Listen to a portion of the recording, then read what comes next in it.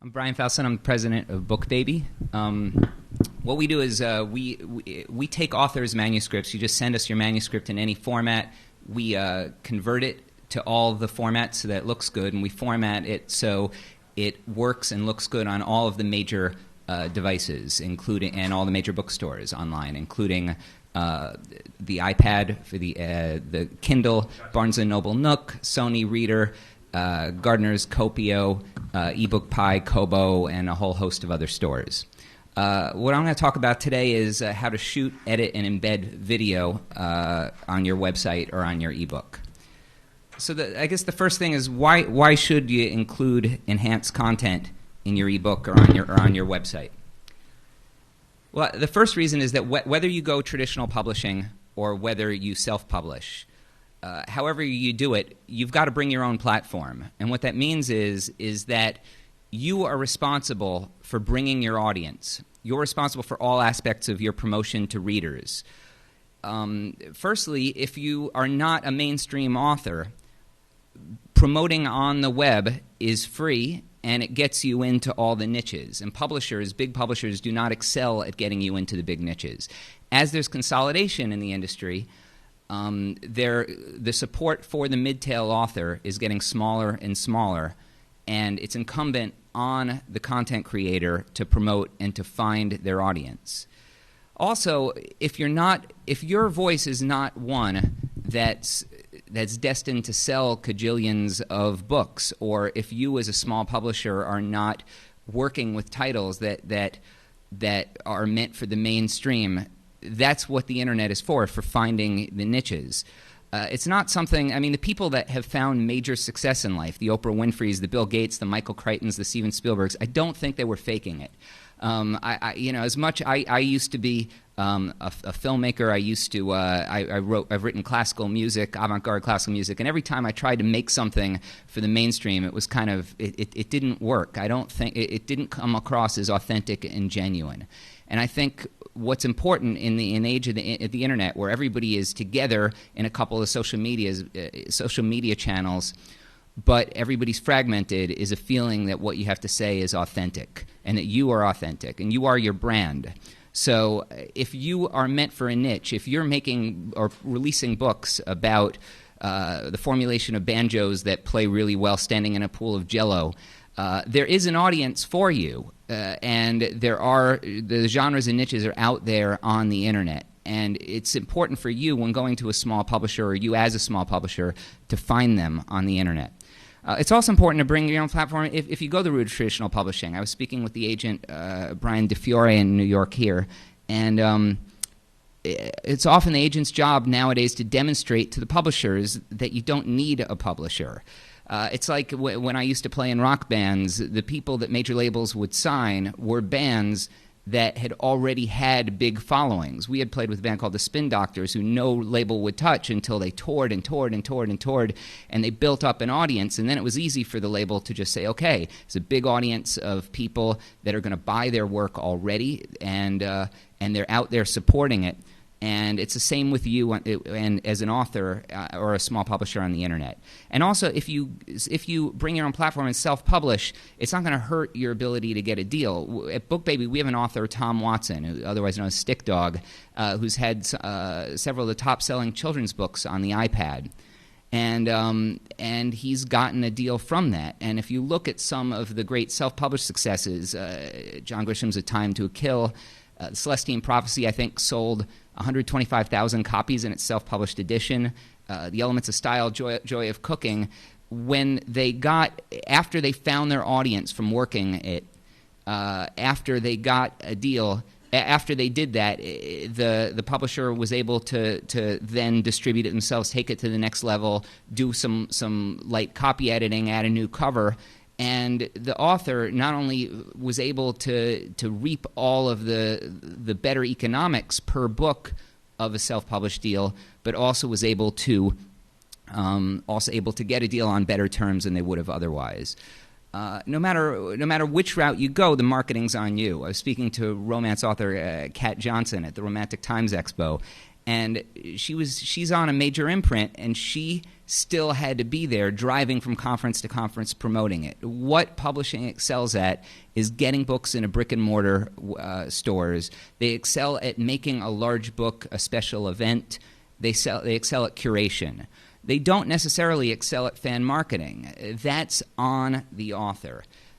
All of the marketing, website content creation, outreach on blogs, attending conventions such as this one, making and distributing promotional materials, doing contests on Facebook, tweeting, all of the nuts and bolts of social engagement, which you guys should tweet here about each other and interact on here.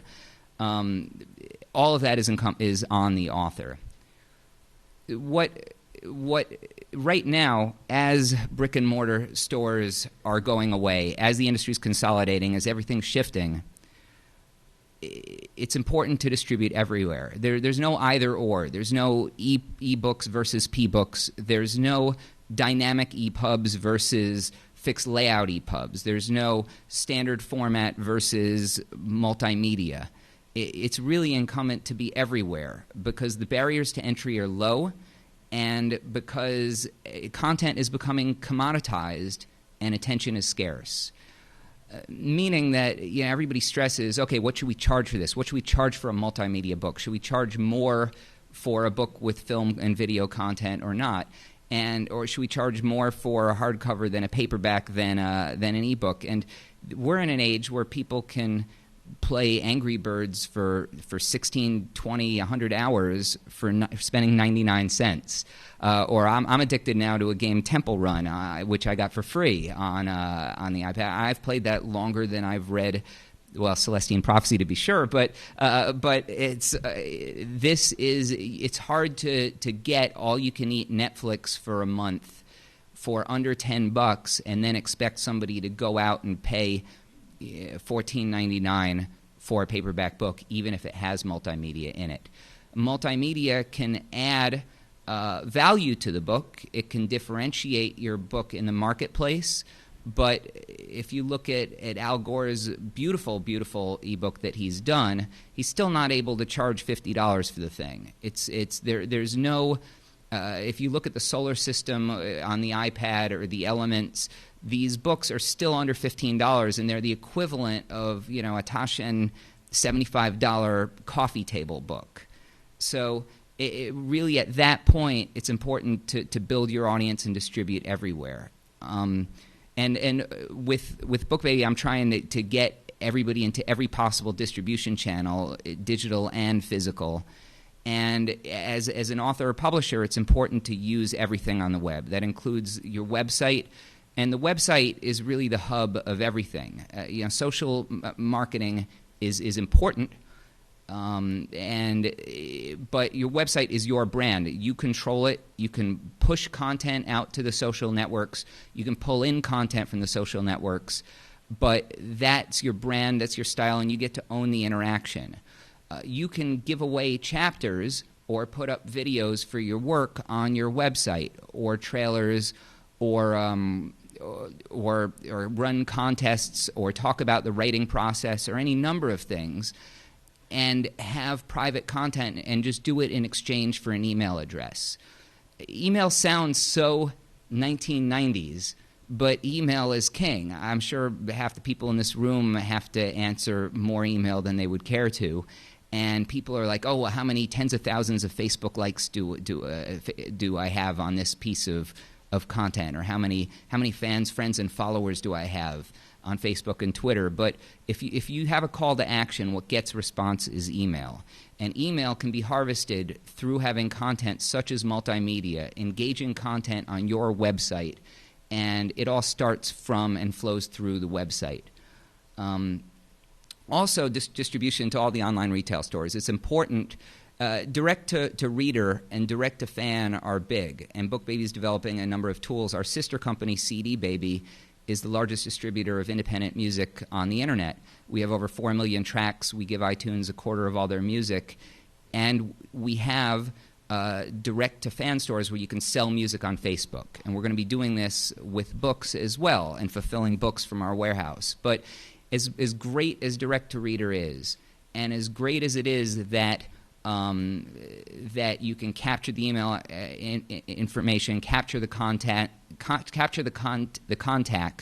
and follow up and engage with them. And as sad as it is that Amazon and Apple are not going to tell you who bought your book, you still need to be at the watering holes where people are drinking. You still need to be where people are purchasing and buying, and you can't avoid any of the online retail stores here or overseas. Blogs are big, yours and others. Marketing. If you look at the success of Amanda Hocking, it came from blogs. It came from outreach to blogs of people who read and people who engage with and value content and comment on it and network with each other. And if you can have multimedia on blogs, you can differentiate yourselves. And finally, YouTube. YouTube is a huge channel. Because that's really what can differentiate yourself. Many websites are very amateurish. WordPress is free, but it's hard to customize it with all of the features that you need and templates that look good for an independent author. We have HostBaby, which is one-touch website hosting for authors, where you can choose from any number of themes which are specific for authors and then instantly tweak the look and feel of the websites on the fly. And also many online communities allow for links, and many authors on Facebook don't have multimedia content. A lot of the authors' websites out there look really amateurish, even some of the best-selling authors. And as the web continues to evolve, as we go to smartphones and tablets, it's important to stand out and to have a good user experience, to be able to engage with people, and it really can make the little guy look big by having a really good web presence. And finally, fan engagement is a really, really great thing about multimedia. If you can open up the creative process, if you can tell the backstories behind the book, the war stories if the book is nonfiction, or the backstories if the book is a work of fiction, you can engage with your fans. And if you can engage, that helps conversion. That helps people actually purchase. You can do it through contests and fan videos, and you can do it through interaction. In the old days, and this is true for music as well, people would go into the woodshed and wait for the muse to hit them, and they could abet that process with endogenous or exogenous chemicals, and then they could work and slave and bleed and suffer for their art, and a couple years later come out with a product and then drop it onto the marketplace. Just like in the old days of distribution, you would make a bunch of nails and drop them into a hardware store. But now it's not like that. It's important with everybody. Warhol's 15 minutes of fame has now become more like 15 seconds before you're on to the next click, on to the next Facebook post. And it's important to continually be in front of the reader's face, and it's important to do it with continual messaging. And that messaging is not just about, buy my book, look at what I've done, look at me. That messaging is about them. It's about interacting with the community, with the thought leaders, replying, weighing in, furthering the conversation about whatever the genre or subject is, and then as part of that, by the way, I got some artwork that relates to what you're talking about. And multimedia, video and audio, allows for engagement on YouTube, on websites, through comments and blogs, and is a great way for people to get the conversation going. So it's important, again, not just to broadcast, but to actually and actively continually engage. Now, YouTube is really... in addition to your website and blogs and, of course, the ebook itself, YouTube is huge. Not just because it's Google-owned, but it's really its own search ecosystem. For us, for BookBaby and for CD Baby, people find us through Google, search engine optimization, PPC, SEM campaigns, and the like, but also through YouTube. People search in YouTube, and that's become a parallel search universe to Google itself, even though it's Google-owned. And also, of course, having content on YouTube will help with your overall SEO. You can also derive ad revenue from YouTube. If it's not much unless your video goes viral, but you can sign up as a YouTube partner Or if you have enough clicks or enough content, they'll offer it to you without you having to sign up. And you can make money off of ads that are placed around your work. And YouTube is, again, wonderful for fan engagement. Here's an example of just something that was on YouTube yesterday. There's a video of a guy who's angry at his daughter. His daughter posted on Facebook for her 150 followers how she hated her father because her father made her do chores. So here is her father, a very sweet chap indeed, sitting in a field with a thick drawl, reading her rant to the world. You can see it's gotten over 2 million views. And then he proceeds to punish her by taking her laptop and shooting it with a .45 repeatedly. And if you look in the comments, it's got tens of thousands of likes, and it also has many, many thousand dislikes. I probably fall in the latter camp. I think that if the girl did not want to do her chores, she's probably abused by this crazy man. But that's just my opinion. That opinion does not represent the views of BookBaby Incorporated or anything. And you can judge for yourself, but the point is that you want to judge for yourself. And not only do you want to judge for yourself, but if you look on the right there, there's this woman in a blue dress. It says suggestions, Facebook parenting for the troubled teen. And here she is. She is the reply girl. There are people out there who will just reply to every darn clip so that they end up on the sides. And she replies to every clip whether or not she has a thing on earth to say. She's completely inarticulate, but she wears different colored dresses. They usually look about the same. And she just replies on what her thoughts are, 2 minutes and 7 seconds of her thoughts. And in the couple days it's been up, she has 58,000 views. And if you look, she's got 400 likes and she's got 5 times as many dislikes. Dislikes are not a bad thing. It's an old adage saying that there's no such thing as bad press. CD Baby had the #1 Google search of 2011.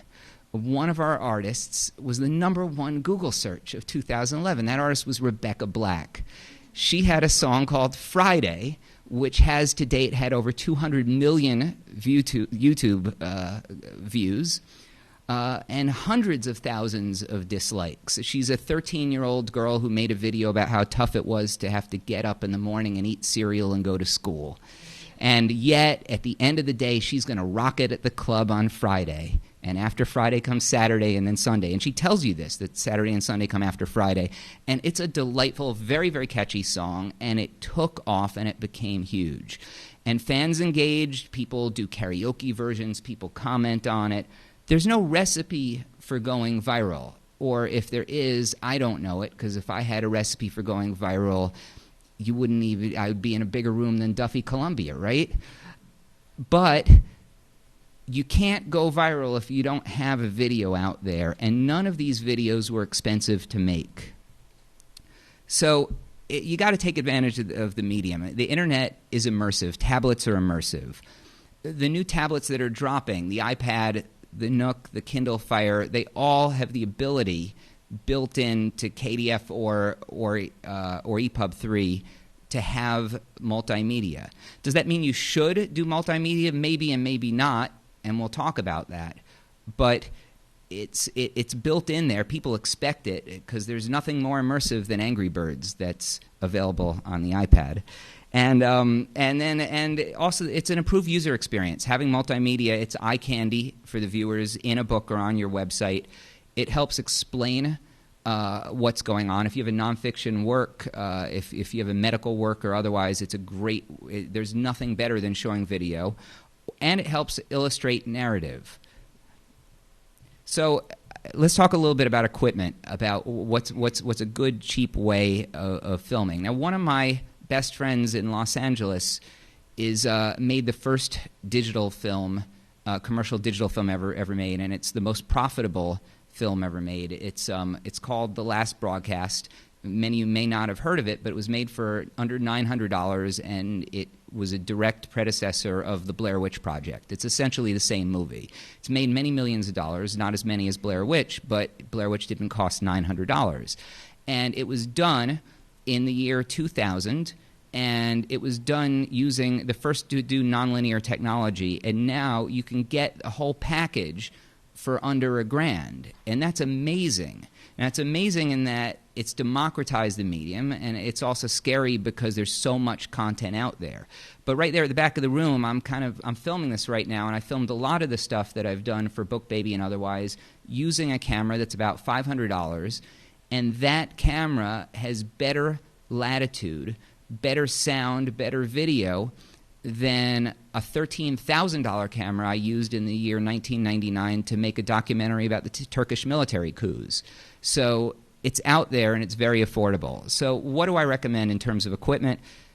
A camcorder, that's my favorite choice. For around $300, you can get a Canon Vixia or a Panasonic. I like a camcorder for a couple reasons. Firstly, it just has amazing quality. Secondly, it's got great form factor, just easy to hold in your hand. You can flip the LCD around, great sound. It helps to buy one, even if it's $100 more, that has XLR inputs if you're going to be using a mic that has XLR. I didn't, so I ended up having to spend another couple $100 on a mic preamp for XLR. You could also use a camera. Nowadays, the Canon Rebel and its clones also shoot HD videos. The pros of it are they take incredible pictures. You use them as a regular camera. You could take award-winning you could do award-winning art photography with these cameras. But there are cons to them. Firstly, they're not necessarily as steady because the form factor isn't as good in the hand. Their chips get hot because they're really optimized for taking stills. They need lenses. You got to buy lenses for them, and those can get pricey. And finally, their sound options are definitely inferior. But if you're going to be taking a lot of stills, and if you have one, you could use it, and it would do a good job for you. You could also use a phone. There's an awful lot of videos, user-generated content on YouTube that use phones, and you probably already have one. They make great video outside. The downsides are the stability. It's hard to mount them to tripods, and people have built Steadicams actually for iPhones, which are really cute. You know, it's a very sort of kludgy sort of thing, but you could build one. Also, the sound is definitely inferior. Not a lot of input options. And also the video in low light, even with the modern generation phones, are still not quite there. And finally, there's the webcam, and that's something that anybody who has a Mac has, and anybody who has a PC. If it doesn't come with one, you can just buy it for under $50. They're very expensive, super convenient. Everybody uses them for Skype, and they come with the computer. On the downside is that the quality of audio and video is not as good, and also the mobility. They're stuck as part of your computer. So it's an asset when sitting at your desk, but if you want to go around and take it to the streets and film somebody or film yourself in a different working environment, you've got to walk around with your laptop. I've seen people do it. I had a friend who was spent a year life casting herself. Just here's me sleeping, here's me in the bathroom, and she would go around to South by Southwest and other conferences with her laptop walking around with it, but it looks silly. And also the quality of audio and video. There's also the issue of eye contact. Just that to find the little hole in the laptop and look into it is very unnatural. It's something that you should practice. You should take, if that's the route you're going to go, you should take a lot. You should take a lot of practice videos and practice looking into a little pinhole and seeing how natural you look. So I'd recommend a tripod. Tripods are great for filming other people. You just stick it on the tripod. You can film outdoors. Tripods are great because if you don't need another person. I can be a one-man band and go around and film and interview people, film myself here. I got one at the back of the room. It's a $59 tripod, and it's 3 pounds, very lightweight, and just stick it up and just shoot, and you've got content. You can edit it later. And it's great for readings. If you do readings in local bookstores, it's kind of a must. There are you can spend lots of money on tripods. I've spent over $1,000 on a tripod for the film that I did.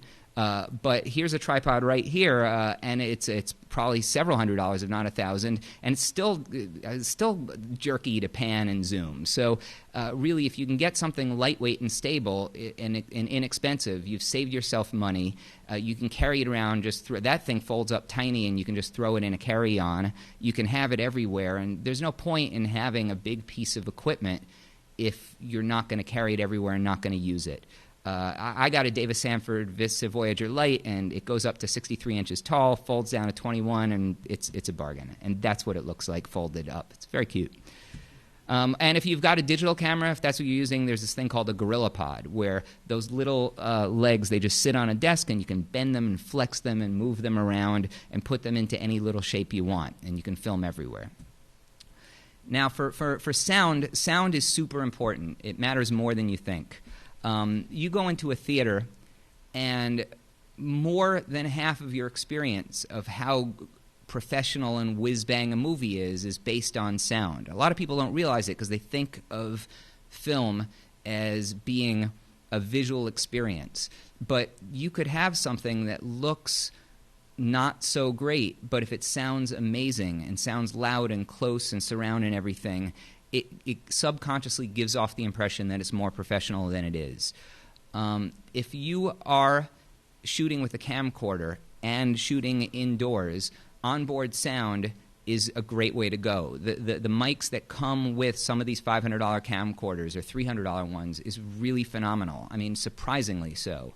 Another time to use onboard sound that comes with your equipment, is if you're using a webcam, if you're using iSight, because you don't have a lot of options. You're just recording in your Mac as if you're doing Skype or on your PC, and that's it. That's the only choice you have. If you have options, there are a couple other possibilities. One is lavalier mics. Those are the little clip-on things that they sort of clip on your shirt or tuck under a tie or whatever. And they're great for interviews, and they're great for getting sound close. So if you want to get really good sound, the closer you get, the better it sounds. But I don't want to lean over like this for the whole rest of the talk, so I'm going to stand back. But it's not going to sound as good when I do, and with the lav, you can get pretty close. The cons of having a lavalier mic, firstly, the wired ones tether you. You are walking around with a long tail. And also, if you get them wireless, they can be pricey. There's a lot of technological issues in hooking them up and dealing with them, and also there's interference issues. A lot of times you'll just hear static. It won't work in certain buildings such as the Javits Center. There are just places where it just doesn't work. And also the cheap ones, you can get a lavalier mic for $50, but some of the cheap ones don't improve on the onboard mic sound at all. This is what I use. It's a Shure SM58. It's a cardioid handheld mic. It looks just like this one. As a matter of fact, this is a Shure as well. So that's what it is. They're durable as heck. You can drop them off the second story of a building. I don't recommend it, but they if rockers can handle these things and bash them around the stage and pour beer into them, you know that they're a good mic. Cardioid mic is unidirectional, and it means that its range, that diagram, if you point the mic parallel to the screen and point up, that's what it's going to record. So if you are at the bottom, like that 180 on the left for a unidirectional mic, it's going to pick up in that direction. But if you have an omnidirectional mic and you point it at somebody, it's going to capture your breathing and your coughing from behind it just as much. So I'd recommend a cardioid mic for recording. And some of the pros that I mentioned are quality. They sound great. The price, they're under $100. They're very, very durable, as I mentioned. And there's a transparency to them. By transparency, I mean, here's me recording. It's a microphone. You know, there's something. If you hide it with the lavalier mic or with a compatriot hiding a boom mic off stage or something, if you have such a person, there's something oddly artificial, and I like just the sort of, here's the medium, here's what I'm using to record. There's something wonderful about this piece of machinery. The downsides of the cardioid mic are firstly, you look like an interviewer. It's like, okay, here's me speaking to you, radio DJ turned into Jack FM, or here's me filming you. And the other thing is that you need accessories. You need a cable. That's an XLR cable in the upper right. And the best sound without interference is going to come from an XLR cable, which is why I mentioned that if you have a camcorder, it helps, if you're going to go the route of a cardioid mic, it helps to have XLR inputs. You also need a windscreen. That's like $10, but outside it's a must. And if you don't have an XLR input into your camcorder like I don't, you'd have to get a preamp, which goes between the camcorder and the tripod. It sort of sits under the camcorder like a little brick, plugs into there, and it requires a 9-volt battery. So for getting good sound, 4 tips. Firstly, know that it matters more than you think, as I mentioned earlier. Secondly, get close. Thirdly, get the right angle for the microphone. Make sure that if you've got a unidirectional, you're not pointing it away from somebody. And also get as loud as you can without distorting. Other equipment that you might need: battery tester. If you can get those for like $3.99 on Amazon. SD cards, because if you film yourself for a long time or go to a conference or go to a reading and film somewhere, you've got to be able to capture and store that stuff. And then a hard drive to dump it all onto. And then some cheap headphones to stick them. Could be $1, but you just stick it into your mic, into your camcorder to monitor levels. So filming. Well, firstly, when you're filming, where is your shot? What does your shot look like? You know, you got to view. Okay, what is the shot going to look like? And you should always do a test shot before just filming yourself going off and uploading it to YouTube or sticking it in a book. And when you look at the shot, look everywhere in the shot and ask yourselves, what does it convey about me? What does it convey about my brand? If I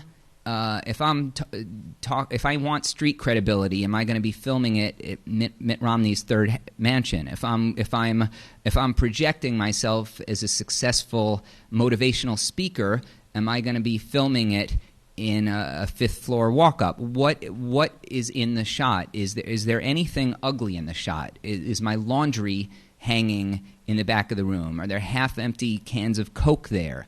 Is there anything stripy? If you wear striped shirts, it will either throw off the camcorder, or people will kind of it might throw off the balance and resolution, or it might just be distracting. There might be something in the shot. You might have a fantastic piece of artwork behind you or something that overwhelms the shot. Another thing to watch out for when looking at the video is if there's something behind you, like some artwork behind you. If it comes directly behind you, it can look like it's an afro growing out of your head. So you want to avoid that as well. Here's me. I'm filming Jonathan Lethem here in his office at Pomona College in Claremont. And I loved the interview, loved Jonathan Lethem, had a great time. And there's some good things about this shot. One is that it's in front of his bookcase. When he moved to Los Angeles from his beloved Brooklyn, he brought all of his books with him. And the physical books are very important to him, because physical books are, in addition to ebooks, a very, very beautiful thing. But there's a lot in the shot I don't like. Firstly, he's wearing a shirt, I'm calling it Shea. So he's protesting against the new name for Shea Stadium for his New York Mets, who he hopes will win a championship sometime this century. And that's distracting. It's something that you're watching the interview, and there's a lot going on, and he's saying a lot of beautiful things, but you keep reading his shirt. So I don't like shirts with words on it. Also, my plaid. The plaid is just, again, it's very distracting to the eyes. And finally, in an earlier shot, I filmed him for a little bit, looked at the footage, and I noticed his pants are rolled up, and he's wearing white gym socks under, so you could see his gym socks and his legs. So I stopped it and went in for a tighter shot that you see here. But there's no reason to see rolled up pants and legs. They're distracting. So the shot has a lot to offer it, but it has a lot against it as well. Another thing is to shoot straight on. Leni Riefenstahl in the 1930s pioneered a lot of techniques of propaganda, filmic propaganda in Germany, and she filmed films like Olympia and Triumph of the Will, where she would shoot the Fuhrer from below to increase his look of power. But it can also make you look crazy. It can make you look self-important. And similarly, if you shoot from a high angle, it can make you it can make you look small. It can diminish you, or show off oddness with your hair, or make or shadows from your nose. It can cause all kinds of problems. So shoot it straight on. Apple, actually, in particular, a lot of their shots are just against a white background, but there's people that they usually shoot a headshot or a medium shot of people expounding upon the product and how it's changed their lives and made them into a more hip and stylish person.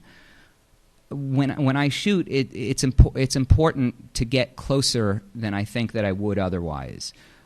People watch video. Sure, they'll watch video in an ebook blown up if you encode it that way, and we'll talk about that. But they might not double-click on it to blow it up full screen. My wife doesn't like to double-click on it, YouTube, and watch it full screen because it can look more pixelated, or she just can't focus on it, or she just doesn't want to deal, or the connection isn't that good and she doesn't want to have to deal with buffering. I like to watch everything big. I like to project my movies, but not everyone does. And just like in the old days with music, when they would test out when mastering how a song would sound in a big recording studio, how it would sound on a $5,000 system, how it would sound on a Radio Shack system, how it would sound in a car stereo and on AM radio. You need to think about mastering, about film, mastering it similarly. How will it look good on a smartphone? So getting close is one way to make it look good on all devices.